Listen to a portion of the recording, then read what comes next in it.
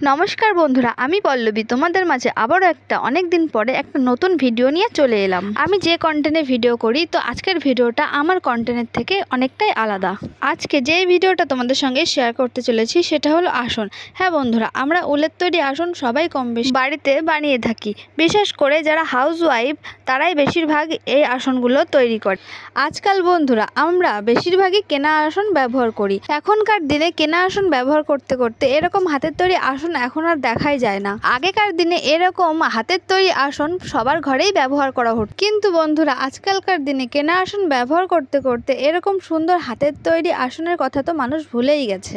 আমার এখনও ভালো করে মনে আছে, আমি যখন ছোট ছিলাম আমার মা এরকম সুন্দর সুন্দর অনেক আসন তৈরি করতো। আর এখনকার দিনে প্রতিটি ঘরে এরকম হাতের তৈরি সুন্দর সুন্দর আসন নেই বললেই চলে। ভাই বোন এবং নিজের বাড়তি জামাকাপড়গুলো না ফেলে দিয়ে এরকম সুন্দর সুন্দর আসনের ডিজাইন করে নিতে পারো বন্ধুরা। তো চলো আমি এই আসনটি কিভাবে বানাচ্ছি তোমাদের সঙ্গে শেয়ার করি। তো চলো বন্ধুরা, আমি এখানে একটা প্লাস্টিকের চট কেটে নিয়েছি গোল করে। তারপরে একটা কাপড়ের সাহায্যে প্লাস্টিকের চারি সাইড সেলাই করে নিয়েছি এইভাবে। তারপরে লাল কালার এবং সাদা কালার কাপড় দিয়ে ভালোভাবে আমি কুচি দিয়ে দিয়েছি আসনের চারি সাইডে। আর মাঝখানের ডিজাইনগুলো ত্রিকোণ আকৃতি করে কেটে নিয়েছি। দেখো বন্ধুরা, এইভাবে ঠিক কেটে নিয়ে ভালো করে সেলাই করে নিয়েছি। তোমরা চাইলে আমার এই ভিডিওটা দেখে তোমরাও নতুন নতুন সুন্দর সুন্দর আসন তৈরি করতে পারো।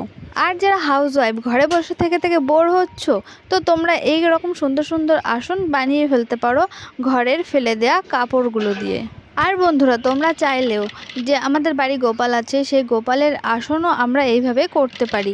আমি সাইজটা একটু বড় করেছি এই আসনটার, আর গোপালের আসন করতে গেলে সাইজটা একটু ছোট করে নিতে হবে। শুধু গোপাল ঠাকুর না, তোমরা সমস্ত ঠাকুরকেই এরকম ছোট ছোট আসন করে বসাতে পারো। তাতে কি হবে, ঠাকুরগুলো আসনের উপর বসে থাকবে এবং তোমাদের ঠাকুর ঘরটাও দেখতে অনেকটাই সুন্দর লাগবে। তো দেখো বন্ধুরা, আমি আসনের ফাইনাল লুক দেখালাম। তো কেমন লাগলো তোমরা অবশ্যই কমেন্ট বক্সে জানাবে। আর এই আসনগুলো খুব অল্প সময়ের মধ্যে করে নেওয়া যায়। তো বন্ধুরা, ভিডিওটা ভালো লাগলে প্লিজ লাইক করো। আর বন্ধুরা হ্যাঁ, অবশ্যই কমেন্ট বক্সে তোমাদের মূল্যবান বক্তব্য জানাতে কমেন্ট করো।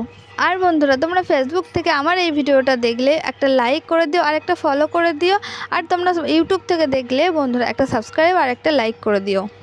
এই ভিডিওটা সম্পূর্ণ দেখার জন্য সকল ভাই বোনদের এবং সকল বন্ধু বান্ধবীদের জানাই অসংখ্য ধন্যবাদ। এই রকম সুন্দর সুন্দর ভিডিও পেতে গেলে অবশ্যই চ্যানেলটিকে ফলো করতে হবে এবং ইউটিউব থেকে দেখলে সাবস্ক্রাইব করতে হবে। তো এখানেই বিদায় নিচ্ছি, ফিরে আসছি নতুন নতুন ভিডিও নিয়ে।